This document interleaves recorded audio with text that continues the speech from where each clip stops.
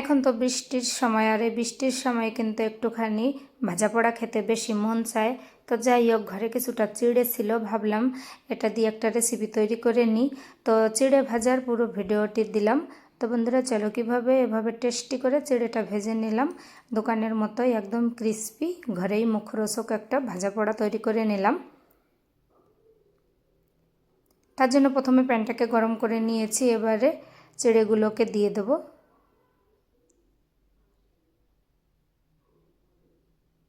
চিড়েগুলোকে প্রথমে তেল ছাড়াই একটুখানি ভেজে নিতে হবে, এ না হলে কিন্তু খুব বেশি ক্রিস্পি হবে না। তো তার জন্য হালকাভাবে ভেজে নিলাম। তো এরকম একটু লালচে কালার করে নিয়েছি, মানে পুরোটা ক্রিস্পি হয়ে গেছে। এবারে নামিয়ে নেব। তো এই দেখো কতটা ক্রিস্পি হয়েছে, এভাবে হাতের মধ্যেই কিন্তু ছাতু হয়ে যাচ্ছে।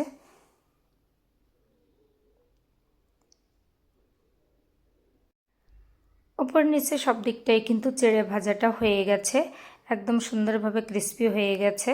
তো এবার একটা প্লেটের মধ্যে নামিয়ে নেব। এবার আর একটা কড়াইতে তেলটা গরম করে নিয়েছি, এর মধ্যে দিয়ে দেবো চীনাবাদাম।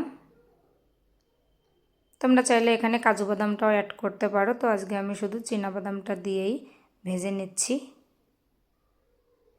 বাদামগুলোকে একটুখানি লালচে করে ভাজতে হবে। গ্যাসটা মিডিয়াম টু লো ফ্লেমে রেখে কিন্তু বাদামগুলোকে ভেজে নিয়েছি। এবারে নামিয়ে নেব এই প্লেটের মধ্যেই।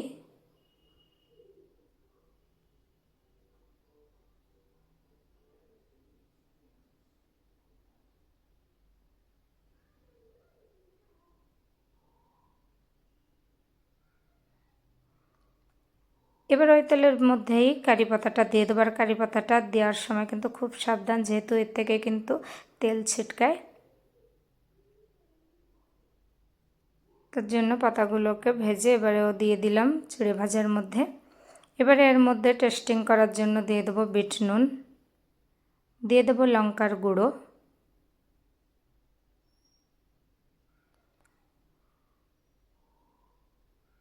তোমরা চাইলে এখানে ভাজা মশলাটাও অ্যাড করতে পারো। তো আমি এখানে শুধু বিট নুন ও লঙ্কার গুঁড়োটা দিয়েই এভাবে মেখে নিলাম, কোনো রকম কোনো মশলা ছাড়াই।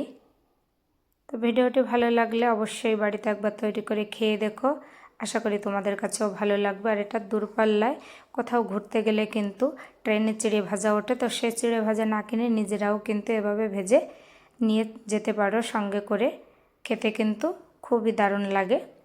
তা আশা করি তোমাদের কাছে দেখতে ভালো লেগেছে। সকলে ভালো থেকো, সুস্থ থাকো, সবাইকে অসংখ্য ধন্যবাদ।